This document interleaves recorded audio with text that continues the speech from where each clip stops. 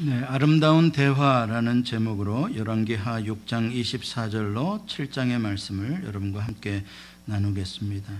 오늘 우리는 역사적인 하나의 사건에 대한 이야기를 본문에서 읽었습니다. 그 역사적인 배경이 언제 어디서 일어난 사건인지 먼저 생각해 보겠습니다.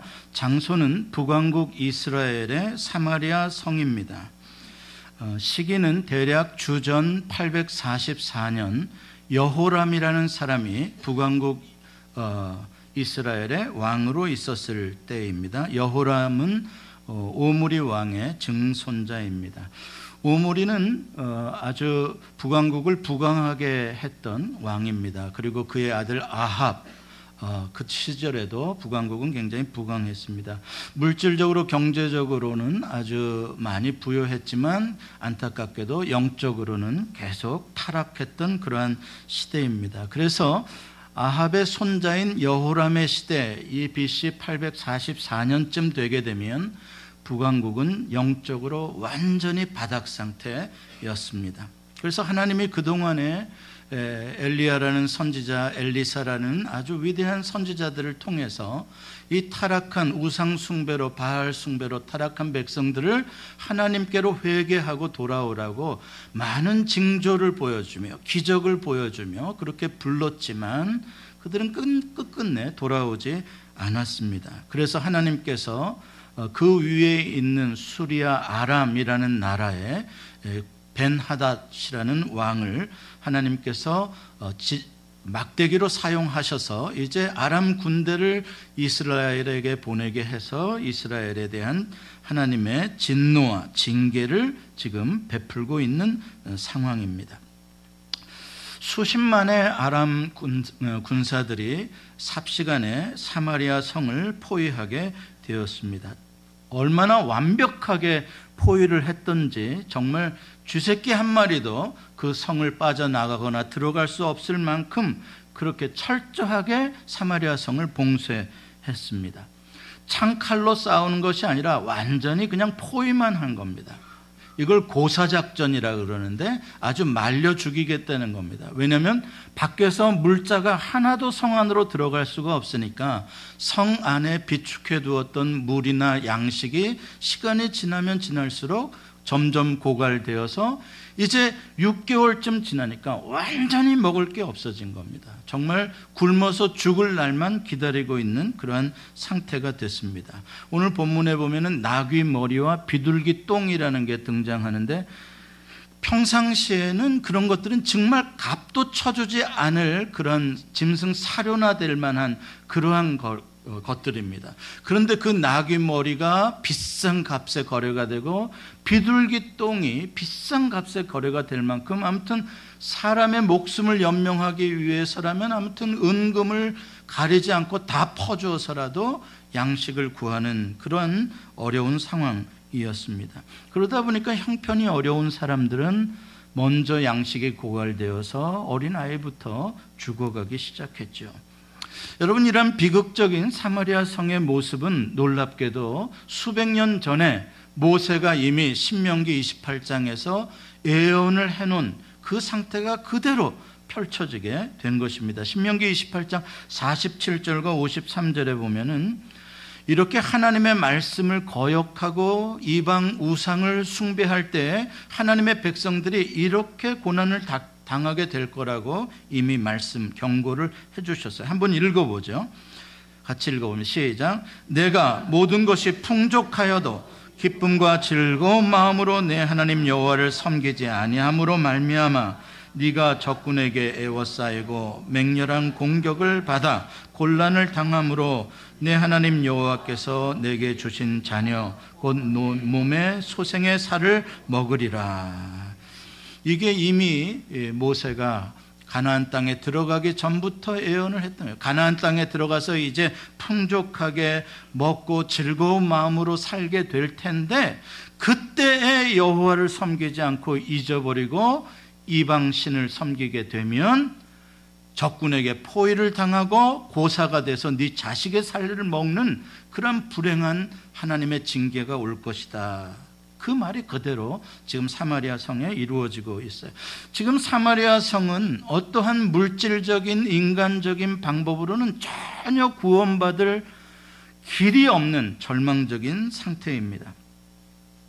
죽을 날만 그냥 기다리고 있는 거예요. 자, 이런 상황 속에서 오늘 본문에 보면 세 그룹의 사람들이 등장을 해서 이러한 상황 속에서 우리가 어떻게 이것을 극복해야 할지에 대한 대화들을 나누는데, 그들의 대화들을 살펴보겠습니다. 먼저 첫 번째 등장하는 그룹의 사람들이 있는데 28절과 29절에 보면 여인들이 등장합니다. 두 여인입니다. 이 두 여인이 지금 여호람 왕 앞에 와서 재판을 청구하고 있습니다.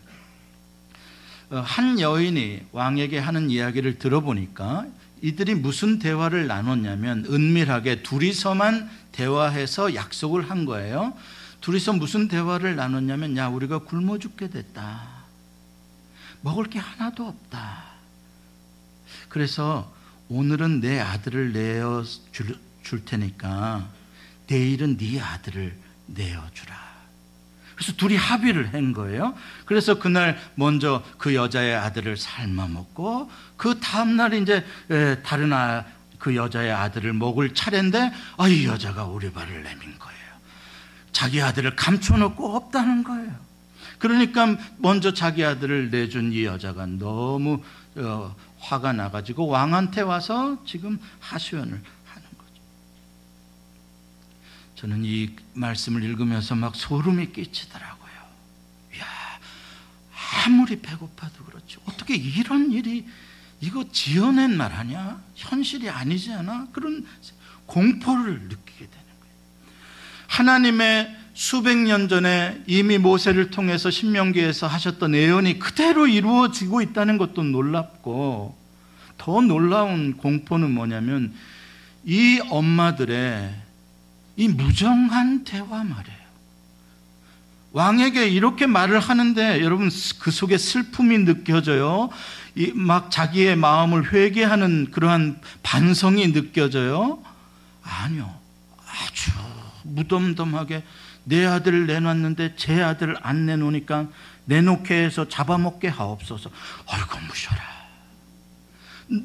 엄마의 마음이라는 건, 자녀에 대한 엄마의 사랑이라는 건 가장 지극한, 인간에게 있어서 그 무엇으로도 바꿀 수 없는 지고지순한 사랑, 존귀한 마음인데 어떻게 엄마의 마음이 이렇게 무정하게, 이렇게 싸늘하게, 마치 짐승도 이렇게는 안 할 텐데 정말 무자비한 짐승처럼 이렇게 대화를 나누고 있을까?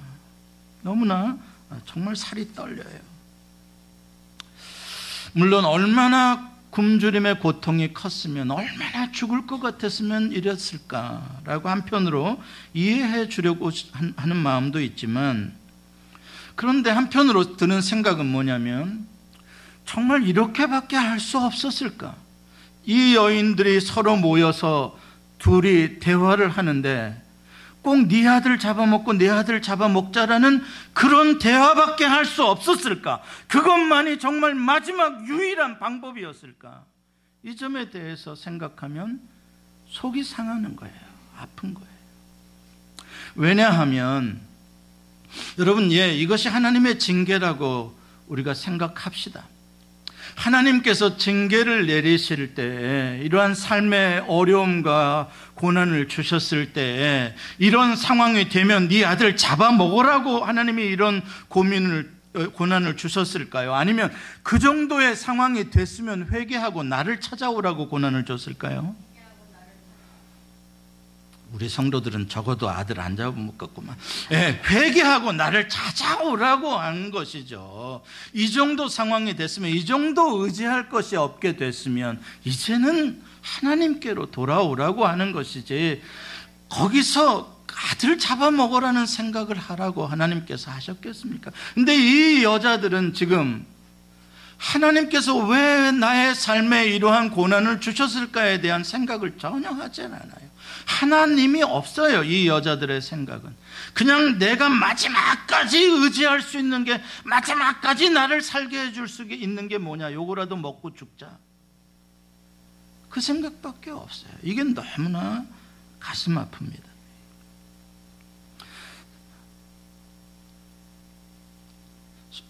성경에 보면은 사르밧 과부도 너무 굶주려서 마지막 남은 가루를 먹고 자기 아들과 함께 죽으려고 생각했었던 적이 있었죠. 여러분, 그러나 그 사르밧 과부가 죽었습니까? 아닙니다.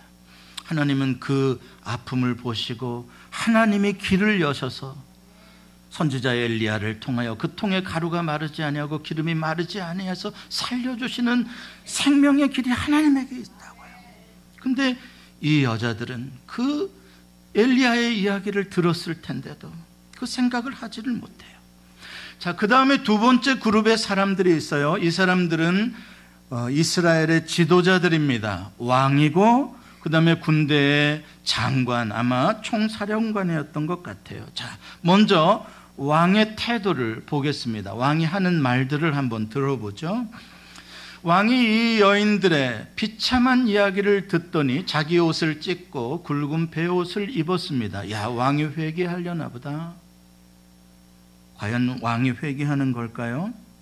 그걸 어떻게 알 수 있냐면 왕의 회개가 아니라 정치적인 쇼를 하고 있다는 것을 우리가 어떻게 알 수 있냐면 31절에 보면은 왕이 굵은 베옷을 입고 자기 옷을 찢은 다음에 성 위에 올라가서 선포하는 말이 있어요. 31절에 보면 무슨 말을 선포해요? 우리 다 회개하자라는 말을 선포합니까? 아니요. 선지자 엘리사를 내가 죽여버리겠다. 오늘 안에 선지자 엘리사의 목을 베어버리겠다라고 선포를 합니다. 무슨 뜻이에요? 선지자 엘리사는 왜 죽여요? 모든 이 사마리아 성의 위기와 아람 군대의 공격에 대한 모든 책임을, 이 정부의 무능함, 이 왕의 무능함, 이 군대의 무능함에 대한 백성들의 여론과 비난과 원망에 대한 모든 책임을 누구에게 돌리겠다는 거예요? 엘리사에게 스케이프고트로 엘리사를 죽임으로써 그 원성을 누그러뜨리겠다는 거예요. 엘리사를 왜 죽이는 거예요? 두 가지 이유예요. 엘리사가 아람과 유화 정책을 쓰자고 조언을 했던 사람입니다. 엘리사가 아람의 군대 장관 나아만의 문둥병을 고쳐준 것은 이미 다 알고 있는 사실이고, 아람의 특공대가 엘리사와 이스라엘 왕을 죽이려고 왔을 때 300명 이상이 왔을 때 그들을 포로로 잡았는데 그 아람 군사들을 죽이지 않고 오히려 잘 먹여서 아람으로 돌려보냈어요. 그것을 엘리사가 그렇게 하자고 했었어요.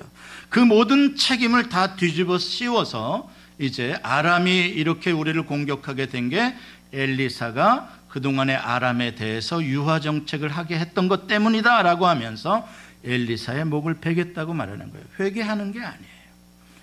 그리고 또 본문 6장 33절에 보면은 이 왕이 뭐라고 말을 하냐면 이 재앙이 여호와께로부터 왔으니 어찌 더 여호와를 기다리리요, 이렇게 말합니다.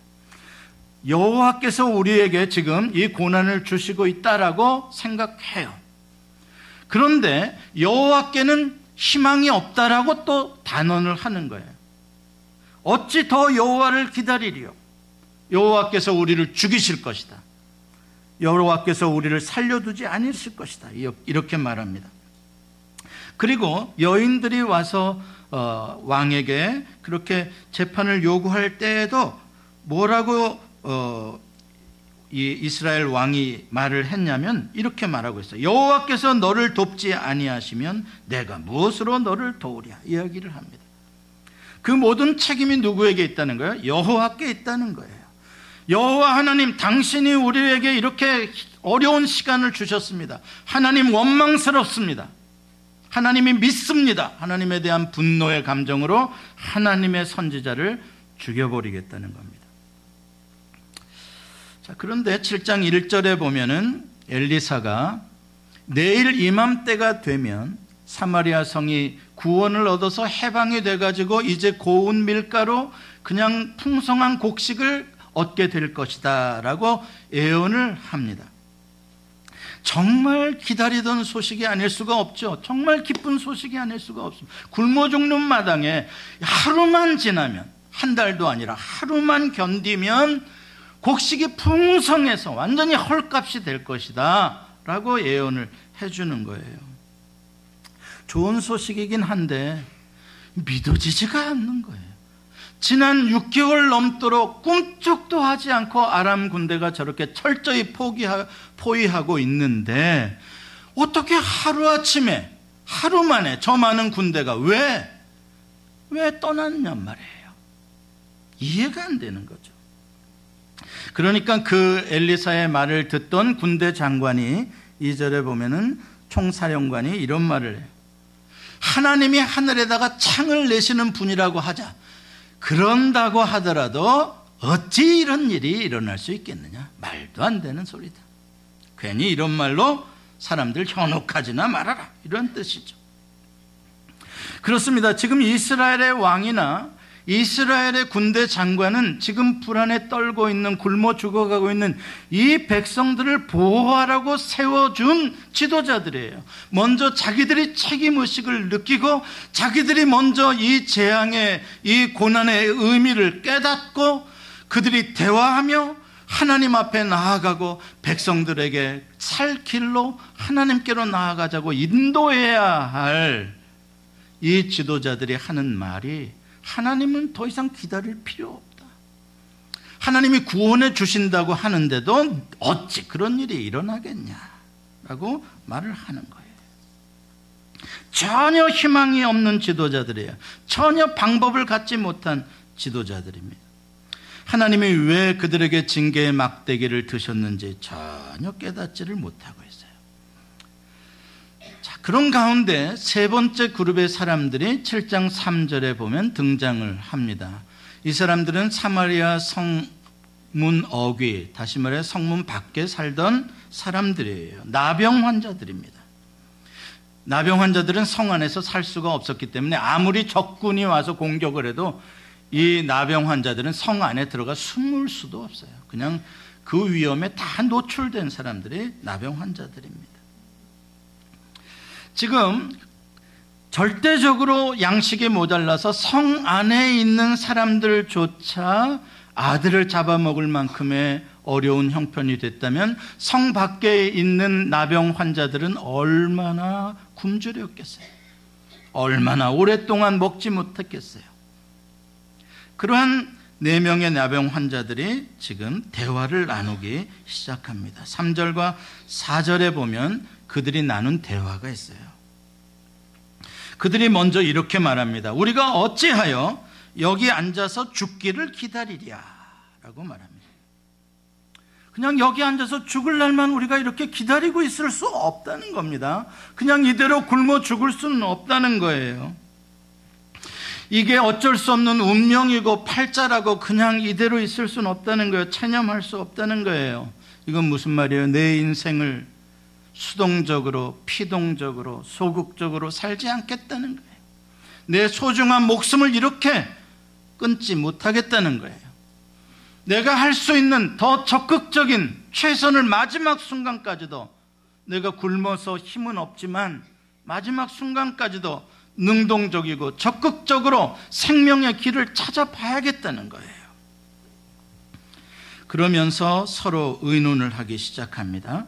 그 의논을 해보니까 2가지 길이 나와요. 하나는 사마리아 성으로 들어가는 길이고 하나는 아람 군대에게 가서 항복하는 거예요. 근데 가만히 생각하니까 사마리아 성은 이미 뭐예요? 양식이 없어요. 거기서 지금 굶어 죽어가고 있어요. 그런데 우리가 그 성에 들어가면 누가 우리를 불쌍히 여겨서 나병 환자들에게 먹을 걸 주겠냐고요. 아니다. 그건 아니다. 그렇다면 하나밖에 없어요. 아람 군대에 항복하러 가는 거예요. 살 확률은 지극히 적어요. 뭐가 이쁘다고 그 나병 환자들에게 먹을 거를 주겠어요? 아람 사람들이. 그렇지만 혹시라도 만에 하나 0.001%라도 그들이 불쌍히 여겨서 우리를 살려주면 우리는 사는 거 아니겠냐. 그렇지만 이대로 가만히 있으면 우리는 무조건 100% 죽는다. 그렇다면 0.1%의 가능성이라도 있는 곳을 향해서 일어나 가자. 어떠한 리스크가 있더라도, 가서 죽을 확률이 99%라고 하더라도 여기서 죽나 거기서 죽나 마찬가지다. 그렇다면 한번 해보자.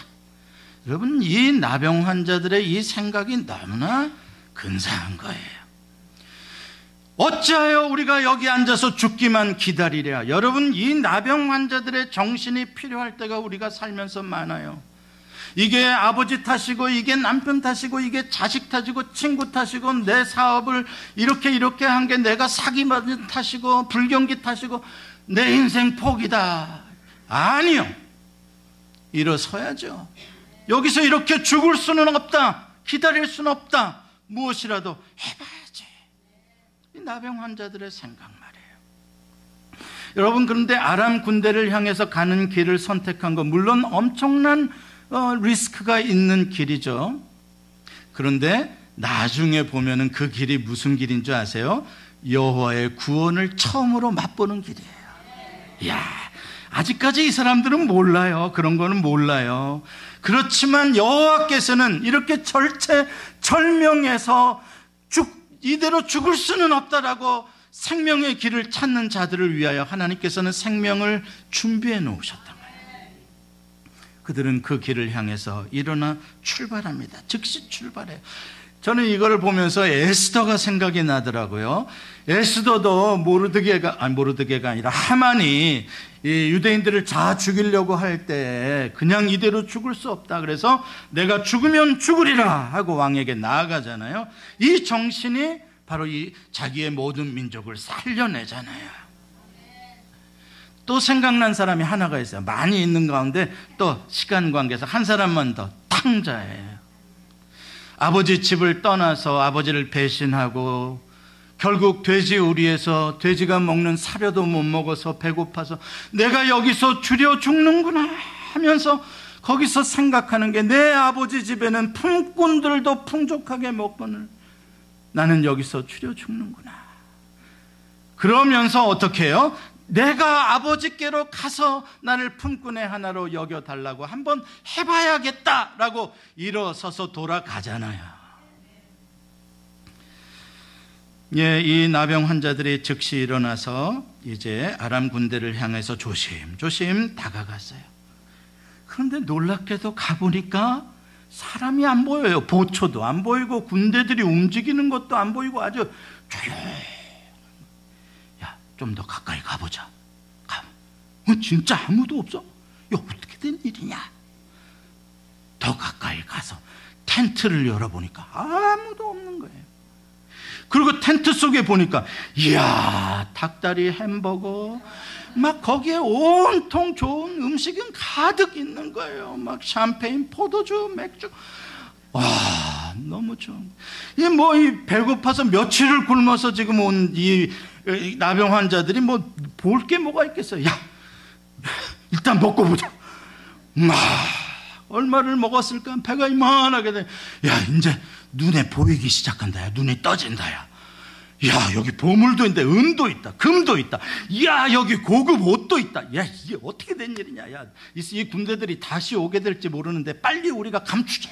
그래가지고 막 짊어지고 나가가지고 몰래 은도 감추고 금도 감추고 옷도 감추고 막 감추고 오는 거예요. 그리고 다시 와가지고 또 아무도 없으니까 또 다른 텐트에 들어가가지고 또 한 짐 지고 나와가지고 또 감추고. 아이고, 신났네. 할렐루야. 세상에 이런 횡재가 어디 있냐고요. 거의 99.9%는 죽음을 각오하고 왔는데, 잘해야 뭐 누룽지 하나 얻어먹을까 하고 왔는데 세상에 다 자기들 거네. 다 자기들 거야. 와, 막 이 나병 환자들의 표정, 그들이 콧노래, 그들이 하는 소리 들리시죠? 할렐루야, 할렐루야, 할렐루야, 할렐루야, 할렐루야, 할렐루야. 우리는 세상에서 비천하게 이렇게 천대받고 굶주리고 이랬는데 역시 하나님은 좋으신 하나님, 좋으신 하나님, 참 좋으신 나의 하나님. 얼마나 기뻐하며 얼마나 나누어 먹었을까. 그런데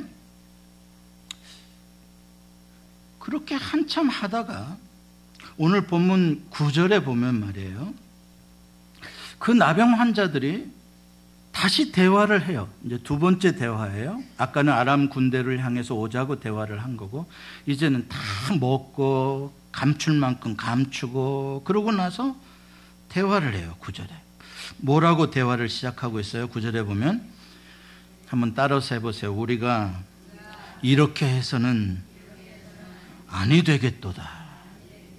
이렇게 해서는이라는 게 무슨 말이에요? 예, 이 말을 우리가 잘 들어야 돼요.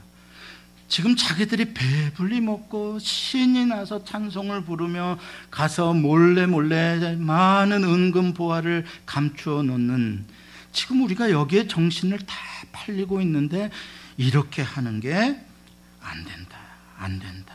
지금 자기들의 행동을 반성하고 있는 거예요. 회개하는 거예요. NIV 성경에 보면 이런 표현을 써요. What we are doing, 우리가 하고 있는 것이 is not right. 우리가 하는 게 옳지 못하다 이야기. is not right이라는 것은 죄를 짓고 있다는 말이에요. 지금 우리가 하는 what I doing 은 지금 sinning을 하고 있는, 죄를 짓고 있는 거예요. 자, 왜 그러죠? 왜 죄를 짓고 있다고 생각해요? 적군의 것을 뺏는 것도 아니고 지들이 다 놓고 간 거고 주인도 없는 건데, 뭐 내가 먼저 발견한 놈이 임자지, 먹고 내가 좀 그것 좀 감추기로 써니 그게 누구 거예요? 하나님이 나한테 주신 선물이지.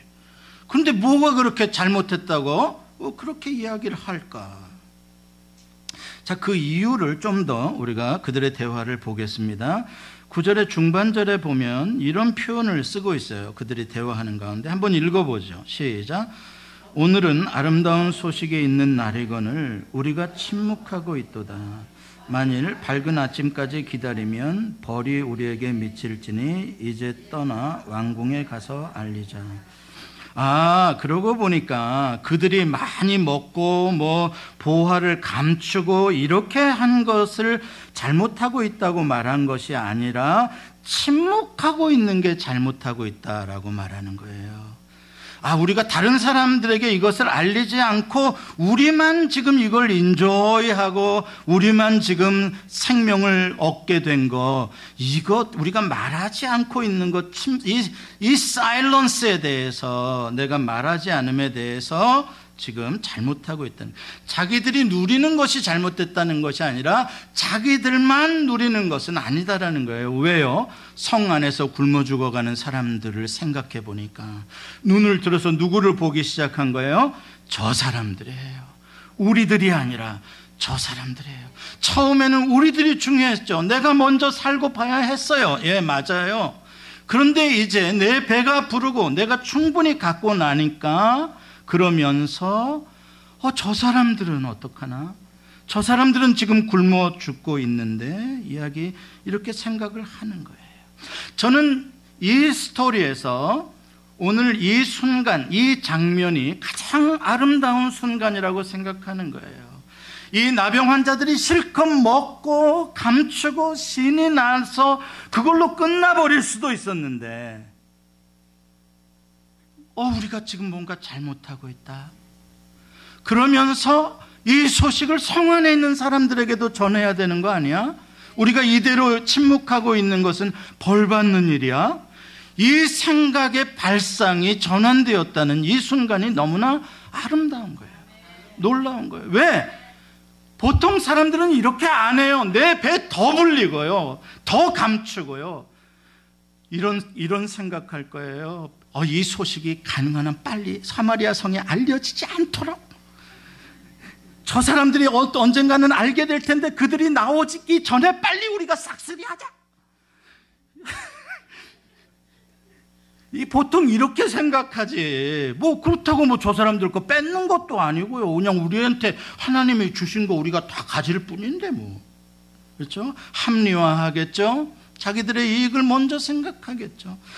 그러면서 제가 속으로 생각해서 나 같으면 어떻게 했을까? 그랬더니 이런 생각이 들더라고요. 미안해요. 제 속에 있는 거를 한번 말로 표현해 볼게요. 저 사마리아 성 안에 사는 놈들 이번에 한번 죽을 맛을 봐야 해요. 그동안 우리를 나병 환자라고 얼마나 무시하고 천대하고, 우리가 가서 정말 밥 한 그릇 얻어먹으려고 하면 돌만 던지고 생각만 해도 치가 떨린다. 저놈들은 천벌 받은 거예요. 하나님께서 언제나 가난한 자, 불쌍한 자, 가부를 도와줘라 그러는데 저놈들은 말이요, 우리를 구박하고, 하나님이 우리가 그동안 얼마나 천대받고 살았는지 아시고 하나님이 우리에게 복을 주신 거예요. 그러니까 성 안에 있는 저 사람들이 알기 전에 빨리 더 감추자. 우리가 보따리로 날르는 걸로 하지 말고, 야, 여기 말도 있고 나귀도 있으니까 아예 수레로 싣고 도망가자. 그런 다음에 성 안에 있는 사람들한테 10배 받고 팔자. 그러면 우리 재산이 10배로 늘어날 거예요. 저는 항상 그런 경제적인 마인드로 계산을. 그런데 그 나병 환자들은 어떻게 자기들의 행동을 반성하게 됐을까? 그 순간에, 그렇게 흥분되고 그렇게 좋은 순간에 어떻게 우리가 하는 일이 옳지 않다라고 반성할 수 있었을까? 저는 그들의 말 가운데 아름다운 소식을 전하지 않고 침묵하고 있다고 하는 이 아름다운 소식이라는 단어에서 힌트를 좀 얻게 돼요. 그들은 지금 자기들 앞에 펼쳐진 이 놀라운 기적의 사건을 굿 뉴스의 사건으로 해석하기 시작한 거예요. 굿 뉴스, 누군가 어떤 사건을 굿 뉴스로 주었다면, 소식으로 주었다면, 소식은 뭐해라는 거예요? 전하라는 거예요. 그냥 나에게 단순히 우리에게만 주신 그냥 단순한 선물로 끝나는 사건이 아니라 이건 소식으로 준 사건으로 이 나병 환자들이 이해하기 시작한 거예요. 누가 주신 소식이겠어요? 하나님이. 누구에게 전하라고요? 사마리아 성 안에 있는 불쌍한 백성들에게. 그래서 이 아름다운 소식을 주셨는데 우리가 그 하나님의 뜻을 무시하고 우리만 이것을 가지고 먹어버리고 끝난다면 우리 위에 벌이 내릴 거다. 그래도 이 나병 환자들의 믿음이 있어요. 지금까지 어느 누구도 여호와 하나님 생각한 사람이 없었어요. 근데 이 나병 환자들이 그렇게 생각을 하는 거예요. 하나님께서는 최악의 순간에 그들의 믿음이 있어서가 아니라, 그들이 하나님에게 정말 착한 짓을 해서가 아니라 전적인 하나님의 은혜로 마지막 순간에 그들을 다시 한번 구원해 주시며 회개의 기회를 주세요.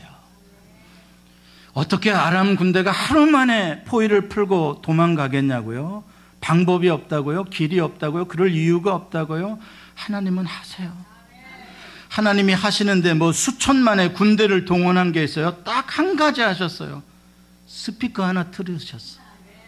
하늘 위에서 아람 군대를 향하여 군대 소리, 말소리, 병거 소리를 갖다가 왁 틀어놓으니까, 소리만요, 소리만 틀어놓으니까 아람 군대 애들이 회의를 하더니, 야, 이거는 애굽의 왕들, 헷세 왕들이 연합군을 만들어가지고 우리를 기습하는 소리다. 큰일 났다. 우리 다 죽게 생겼다. 빨리 도망가야 되겠다. 그리고 지들이 알아서 해석하고 알아서 도망갔어요. 할렐루야.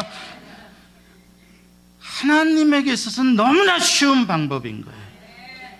여러분, 그러니까 뭐 안 된다, 이래서 안 돼서 저래서 안 된다 소리 자꾸 하지 마세요. 여호와의 말씀이면 되는 겁니다.